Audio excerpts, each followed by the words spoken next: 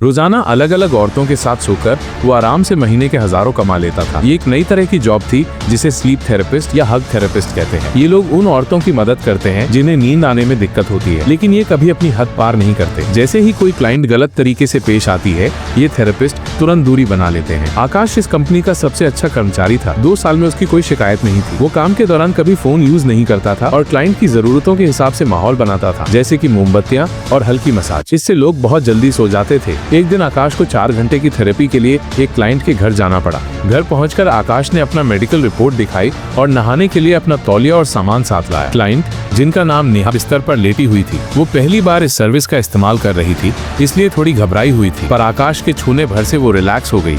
नेहा ने बताया कि हाल ही में उसका ब्रेकअप हुआ था और वो बहुत दुखी थी, इसीलिए उसे नींद नहीं आ रही थी।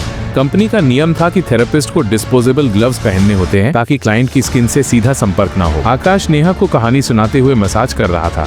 तभी नेहा ने उससे करीब आने की कोशिश की, पर आकाश पीछे हट गया। नेहा ने कहा कि तुम एक हग थेरेपिस्ट होकर इतना नाटक क्यों कर रहे हो। नेहा को बहुत बुरा लगा और उसने आकाश से पैसे वापस मांगे, लेकिन 1 घंटा बीत चुका था। आकाश ने 3 घंटे के पैसे और ग्लव्स और अपने सामान के पैसे काट कर बाकी पैसे वापस कर दिए। असल में नेहा को पैसे वापस नहीं चाहिए थे, वो तो बस शिकायत कर रही थी। उसे लगा था कि आकाश माफी मांगेगा और सर्विस पूरी करेगा, पर जब उसने सच में पैसे वापस कर दिए तो नेहा को मजबूरन अपना रिक्वेस्ट कैंसिल करना पड़ा और उसने आकाश को बाकी 3 घंटे की सर्विस पूरी करने को कहा। इस बार आकाश ने उसे आंखों पर पट्टी पहनाई और खुद भी उसके बगल में लेटकर उसका हाथ पकड़ लिया। नेहा ने कहा कि उसे पीछे से गले लगा ले और ग्लव्स भी उतार दे। मजबूरी में आकाश ने ग्लव्स उतार दिए। आमतौर पर 4 घंटे पूरे होते ही आकाश क्लाइंट के घर से निकल जाता था, पर उस रात वो वहीं सो गया। ये पहला मौका था जब वो किसी क्लाइंट के घर रुका था, लेकिन नेहा को बुरा नहीं लगा, क्योंकि ब्रेकअप के बाद ये पहली बार था जब उसे इतनी सुकून भरी। जाते जाते नेहा ने आकाश का विजिटिंग कार्ड भी ले लिया।